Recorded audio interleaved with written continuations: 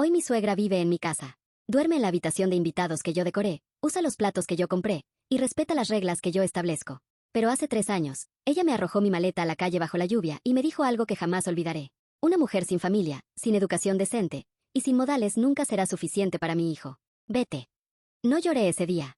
No porque fuera fuerte, sino porque después de 9 años siendo invisible en su casa, finalmente me sentía libre. Pero esa libertad me costaría todo lo que conocía. Esta es la historia de cómo perdí mi hogar, mi matrimonio casi se destruye, y cómo la vida le dio a mi suegra exactamente lo que ella me dio a mí, una lección de humildad que nunca olvidaría. Mi nombre es Carolina, tengo 35 años, y durante 9 años viví bajo el techo de mi suegra Beatriz. No porque quisiera, no porque fuera tradición, sino porque desde el día que me casé con su hijo Roberto, ella dejó muy claro que yo no era digna de tener mi propio hogar con él. Mi hijo no puede mantener 2 casas, me dijo la primera vez que sugerí buscar un apartamento.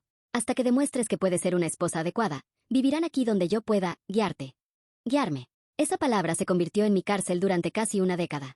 Pero lo que ella no sabía, lo que nadie sabía, es que mientras me trataban como sirvienta en su casa, yo estaba construyendo algo que jamás podrían quitarme. Y cuando finalmente me echó, ya estaba más preparada de lo que ella jamás imaginó. Déjenme llevarlos al principio. Conocí a Roberto cuando tenía 22 años. Yo trabajaba como recepcionista en un hotel en el centro de la ciudad. Él trabajaba en una firma de arquitectura, era 5 años mayor que yo, y cuando entraba con su maletín de cuero y su sonrisa amable, mi corazón se aceleraba. Nos casamos 8 meses después. Fue rápido, lo sé, pero estábamos enamorados de esa forma intensa y ciega que solo existe cuando eres joven y crees que el amor lo conquista todo. La primera vez que conocí a Beatriz, ella inspeccionó mi vestido de arriba abajo y preguntó, ¿de qué familia vienes, querida? Mi padre es mecánico y mi madre es maestra de primaria, respondí con orgullo. Ella sonrió, pero no llegó a sus ojos. ¡Qué humilde! Esa palabra, humilde, se convertiría en su arma favorita. Cuando Roberto me dijo que viviríamos temporalmente con su madre solo hasta ahorrar para el enganche de una casa, yo acepté. Pensé que sería cuestión de meses. Tal vez un año. Fueron 9 años de mi vida. Las reglas de Beatriz comenzaron desde el primer día. No podía cocinar en su cocina sin supervisión porque no conocía las recetas familiares correctas. Los domingos debía levantarme a las 6 de la mañana para preparar el desayuno tradicional, aunque Roberto y yo habíamos trabajado hasta tarde el sábado. No podía invitar a mis padres sin avisarle con una semana de anticipación. Mi ropa debía ser apropiada para una señora casada, nada de escotes, nada de pantalones ajustados, nada que fuera vulgar. Pero lo peor no eran las reglas. Era la forma en que me hacía sentir. Carolina, el arroz está muy aguado otra vez. En casa de tu madre no te enseñaron a cocinar. Carolina, ¿por qué Roberto llegó de mal humor hoy? Una buena esposa se asegura de que su marido esté siempre contento. Carolina, ¿no crees que deberías concentrarte en darme nietos en lugar de perseguir ambiciones egoístas en ese hotel? Roberto me amaba, lo sé, pero él era el hijo único de una viuda. Su padre había muerto cuando él tenía 15 años, y Beatriz había sacrificado todo por él. Aunque Roberto ganaba bien como arquitecto, Beatriz lo había convencido de que necesitaba ahorrar para su futuro y que vivir con ella era lo más sensato financieramente. Cada vez que yo intentaba hablar sobre mudarnos, él decía, solo un poco más de tiempo, amor. Está sola, no puedo abandonarla así. Y yo cedía. Siempre cedía. En el hotel tenía una compañera, Daniela, con quien ocasionalmente almorzaba. Ella también estaba casada y entendía las complicaciones familiares. Era uno de los pocos momentos donde podía ser yo misma sin filtros. Hasta que algo cambió en mí. Fue hace 6 años. Estábamos en una cena familiar celebrando el cumpleaños de Beatriz. Su hermana, mi tía política Elena, estaba ahí con su esposo y sus 2 hijos. Elena tenía todo lo que yo no, un apellido respetable, una carrera en finanzas, una casa en una zona exclusiva.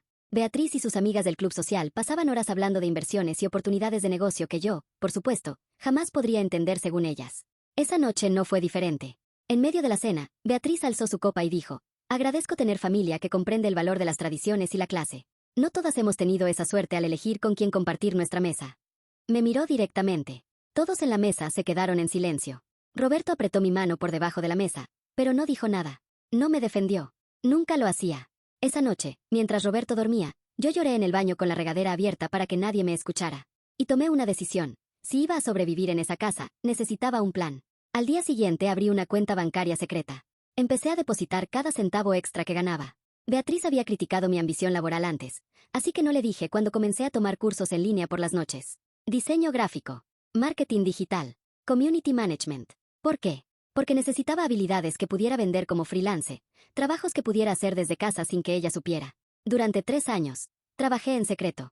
Diseñaba logos para pequeñas empresas, manejaba redes sociales para emprendedores, creaba contenido. A veces dormía solo 4 horas por noche. Beatriz pensaba que yo estaba viendo telenovelas o perdiendo el tiempo en mi habitación. Roberto tampoco sabía. Yo le decía que estaba ahorrando mi salario del hotel, lo cual era cierto, pero omitía mencionar que mi ingreso real era el triple de lo que él creía. ¿Por qué no le dije? Porque tenía miedo. Miedo de que me dijera que era innecesario. Miedo de que se lo contara a su madre. Miedo de que me convencieran de usar ese dinero para la familia y yo volviera a quedarme atrapada. Al final del tercer año, tenía $47,000 ahorrados. Suficiente para el enganche de un apartamento pequeño. Suficiente para 3 meses de renta si las cosas salían mal. Suficiente para sentirme, por primera vez en años, como una persona con opciones. Entonces llegó el día que lo cambió todo. Era un martes de abril. Recuerdo que llovía. Roberto había viajado a otra ciudad por trabajo y volvería en 3 días. Yo llegué del hotel alrededor de las 6 de la tarde, mojada porque mi paraguas se había roto. Beatriz estaba en la sala con 2 de sus amigas del club social. Cuando entré, las 3 me miraron con una expresión que no pude descifrar. Carolina, necesito hablar contigo. En privado, dijo Beatriz con una voz fría que me heló la sangre. Sus amigas se fueron. Nos quedamos solas. Recibí una llamada muy interesante hoy, comenzó. De la madre de Daniela. ¿La recuerdas? Tu compañera del hotel. Mi estómago se contrajo. La semana anterior, Daniela y yo habíamos almorzado juntas, y yo, en un momento de debilidad después de 2 copas de vino, le había confiado que estaba ahorrando para mudarme con Roberto. No sabía que su madre y Beatriz se conocían del mismo club social. Nunca hablábamos de nuestras familias con detalle. Me contó que tú estás planeando abandonar a mi hijo. Que tienes dinero escondido. Que eres una mentirosa que ha estado engañando a mi Roberto mientras vives bajo mi techo, comiendo mi comida, usando mis servicios. Intenté explicar. Le dije que no estaba abandonando a nadie, que solo quería que Roberto y yo tuviéramos nuestro propio espacio, que era normal después de 9 años de matrimonio. Ella no me dejó terminar. ¿Sabes lo que eres, Carolina? Eres una ladrona. Has estado robando tiempo, recursos y el futuro de mi hijo. Una mujer decente habría invertido cada centavo en esta familia, no en planes egoístas para separar a un hijo de su madre. No estoy separando a nadie. Silencio, gritó.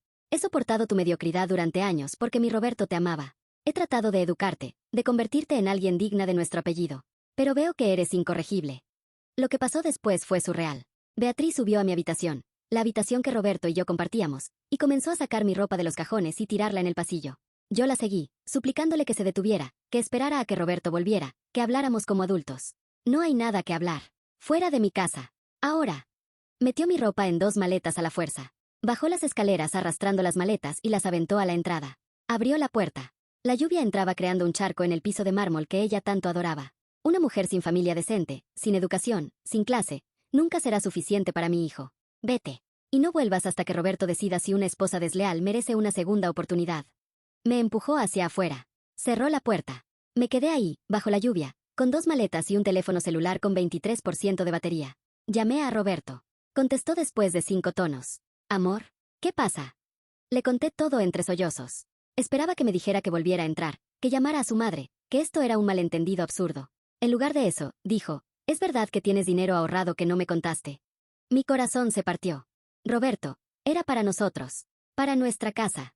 ¿Por qué me mentiste? No te mentí, solo, quería sorprenderte cuando tuviera suficiente. Mi madre está devastada, Carolina. Déjame hablar con ella primero. Quédate en un hotel esta noche y mañana resolveremos esto, ¿sí? Colgó. Me quedé con el teléfono en la mano, empapada hasta los huesos, sintiendo que el mundo se desmoronaba. Pero entonces, algo extraño pasó. Miré las maletas. Miré la casa detrás de mí con sus luces cálidas y sus ventanas donde había sido miserable durante 9 años. Y me reí. No era risa de alegría. Era risa de liberación. De incredulidad. De haber llegado finalmente al fondo y descubrir que el fondo era sólido. Tomé mis maletas y caminé hacia la avenida. Llamé un taxi. Me fui a un hotel. Y activé mi plan. Durante los siguientes 3 meses, Roberto intentó convencerme de volver a casa y disculparme con su madre. Yo me negué. Le dije que nuestra casa sería la que nosotros 2 eligiéramos juntos, o no habría casa. Él estaba confundido, herido, enojado. ¿Cuándo te volviste tan fría? No soy fría, Roberto. Solo dejé de tener miedo. Renté un pequeño estudio. Era de una habitación, con una cocina diminuta y ventanas que daban a un callejón. Pero era mío. Nadie me juzgaba ahí. Nadie me decía cómo vestir o qué cocinar. Mi trabajo freelance explotó. Sin las responsabilidades de la casa de Beatriz, podía dedicarle más horas. A los 6 meses de la expulsión, estaba ganando el doble de lo que ganaba en el hotel. Renuncié a mi trabajo de recepcionista y me volví freelance de tiempo completo. Roberto y yo nos veíamos una vez por semana. Íbamos a terapia de pareja. Lentamente, él comenzó a entender el daño que su madre había causado. Comenzó a entender que defender a tu esposa no es traicionar a tu madre. Un año después de que Beatriz me echara, Roberto se mudó conmigo. A mi apartamento. Cuando Roberto se mudó conmigo, Beatriz no nos habló durante 6 meses. Eventualmente retomamos contacto superficial, llamadas breves en cumpleaños, cenas navideñas tensas donde fingíamos normalidad. Pero nunca hubo disculpas. Nunca hubo reconocimiento del daño causado. Y yo seguía adelante con mi vida. Pero aquí viene la parte que nadie esperaba, ni siquiera yo. 2 años después de haberme echado, Beatriz perdió su casa. Resultó que Beatriz había usado la casa como garantía para invertir en un supuesto desarrollo inmobiliario exclusivo que el hermano de una de sus amigas del club estaba promoviendo. Era un fraude piramidal sofisticado. Perdió el dinero de la inversión y la casa que había usado como colateral. El banco había iniciado el proceso de ejecución hipotecaria. Roberto recibió la llamada una tarde de noviembre. Su madre estaba llorando al teléfono. Necesitaba ayuda. Roberto me miró con ojos llenos de culpa y esperanza. Sé que no tengo derecho a pedirte esto. Esa noche no pude dormir. Me quedé mirando el techo, recordando cada humillación. La cena donde me llamó humilde frente a toda la familia. El día que revisó mi ropa como si fuera inapropiada. La lluvia golpeando mi espalda mientras cerraba su puerta en mi cara. Parte de mí quería decir que no. Quería que Beatriz sintiera lo que yo sentí. El pánico de no tener a dónde ir, la vergüenza de depender de alguien que no te quiere ahí. Pero otra parte de mí, la parte que había crecido durante estos 3 años, sabía que esa no era la mujer que yo quería ser. Yo podría haber dicho que no. Podría haber recordado cada insulto, cada humillación, cada lágrima que lloré en su casa. Pero aquí está la verdad que nadie quiere escuchar. La venganza no sana. La justicia sí. Le dije a Roberto que Beatriz podía quedarse con nosotros. Pero bajo mis condiciones. Afortunadamente, hacía unos meses que Roberto y yo habíamos comprado una casa pequeña de 3 habitaciones. Yo era la que más aportaba al enganche gracias a mi negocio freelance, que ahora generaba ingresos sólidos y consistentes. Cuando Beatriz llegó con sus maletas, solo 2, igual que yo había tenido, la recibí en la puerta. Bienvenida, le dije. Estas son las reglas de mi casa. Le mostré una lista que había preparado. Respeto mutuo. Privacidad para Roberto y para mí. Sin comentarios sobre mi familia, mi trabajo, o mis decisiones. Participación equitativa en las tareas del hogar. Y sobre todo, gratitud, no condescendencia. Beatriz leyó la lista con lágrimas en los ojos. Asintió. Carolina. Lo siento. Por todo. No fue una disculpa perfecta. No borró 9 años de dolor. Pero era un comienzo. Han pasado 8 meses desde que Beatriz vive aquí. Algunas semanas son difíciles. Viejos hábitos regresan. A veces abre la boca para criticar mi forma de cocinar y se detiene a medio camino. A veces la veo mirando con nostalgia las fotos de su antigua casa en su habitación. Pero otras veces, veo destellos de la mujer que pudo haber sido si no hubiera dejado que el miedo y el control la consumieran. La veo jugando con los hijos de los vecinos y pienso en cómo habría sido si ella hubiera sido así conmigo desde el principio. Roberto y yo estamos mejor que nunca. La terapia funcionó. Ahora él me defiende. Ahora entiende que el amor de pareja y el amor filial no compiten, se complementan. ¿Hice lo correcto al recibirla? Honestamente, no lo sé. Pero sí sé esto. La verdadera libertad no es vengarte de quien te hirió. Es construir una vida tan sólida que sus opiniones ya no puedan destruirte. Hoy, cuando me miro en el espejo de mi casa, veo a una mujer que vale suficiente. Siempre lo hice. Solo necesitaba que me echaran para darme cuenta.